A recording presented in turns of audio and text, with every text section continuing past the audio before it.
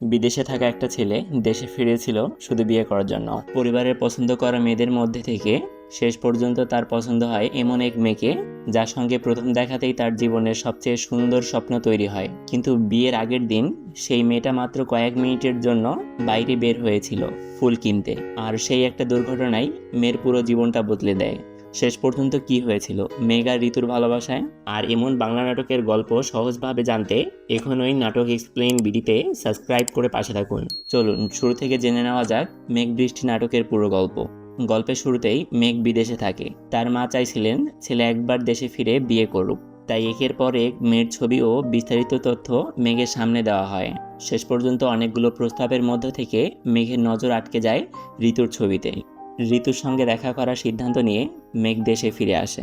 মেঘ আর ঋতুর প্রথম দেখা হলেও ঋতু কিন্তু লজ্জায় চুপ করে থাকে না, বরং মেঘকে একের পর এক প্রশ্ন করতে থাকে মেঘের কোনো খারাপ অভ্যাস আছে কিনা, সে মদ্যপান করে কিনা, বিয়ের পর একজন স্বামী হিসেবে মেঘ কেমন হবে। এসব বিষয়ে ঋতু আগে থেকেই বুঝে নিতে চায়।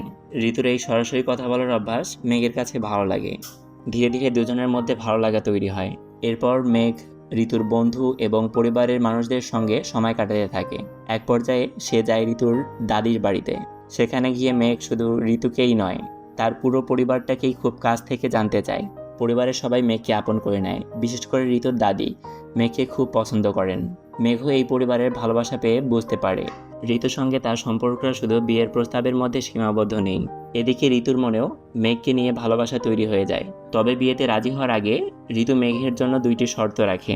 কিন্তু মজার ব্যাপার হলো সে তখনই মেঘকে দুটো শর্ত বলে না, শুধু জানিয়ে দেয় এই শর্ত পূরণ করতে পারলেই সে মেঘকে বিয়ে করবে। মেঘও ঋতুর শর্ত জানার আগেই তাকে বিয়ে করার ব্যাপারে আগ্রহী হয়ে ওঠে। এরপর এক রাতে ঋতু তার বাবা মাকে দুটি অদ্ভুত কথা জানায়।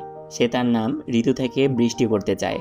পরিবারের সবাই কারণ জানতে চাইলে ঋতু জানায় তার হবু স্বামীর নাম মেঘ, আর মেঘের সঙ্গে বৃষ্টি নামটা যেন একসঙ্গে আরও সুন্দর লাগবে।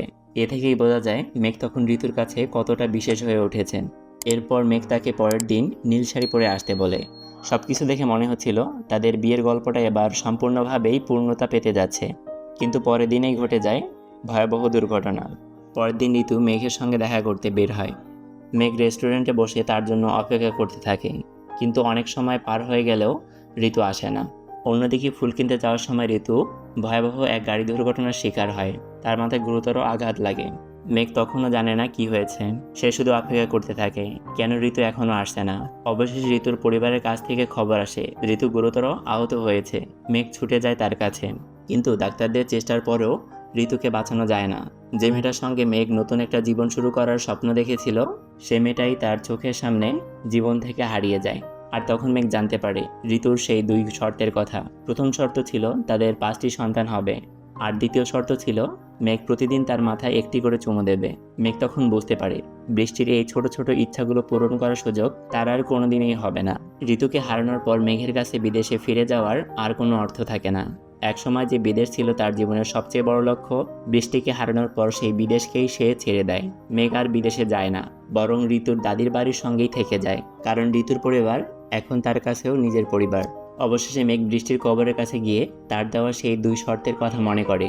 5টি সন্তান দেওয়ার স্বপ্ন তো আর কখনো পূরণ হবে না, কিন্তু দ্বিতীয় শর্তটা সে নিজের মতো করে সারা জীবন পালন করতে চায়। প্রতিদিন বৃষ্টির কবরের কাছে এসে তার মাথার পাশে একটা চুমু দেবে, কারণ বৃষ্টি মেঘের জীবনে হয়তো খুব অল্প সময়ের জন্য এসেছিল, কিন্তু তার ভালোবাসা মেঘের পুরো জীবনটাই বদলে দিয়েছে। বিদেশের স্বপ্ন হারিয়ে মেঘ শেষ পর্যন্ত বুঝতে পারে জীবনে সবকিছু পাওয়া গুরুত্বপূর্ণ নয়, প্রিয় মানুষটাকে ধরে রাখাই সবচেয়ে বড় পাওয়া। এভাবেই শেষ হয় মেঘ বৃষ্টি নাটকের গল্প। ভিডিওটি ভালো লাগলে একটি লাইক দিন এবং এমন আরও বাংলা নাটকের এক্সপ্লেনেশন পেতে নাটক এক্সপ্লেন বিডিতে সাবস্ক্রাইব করে পাশে থাকুন।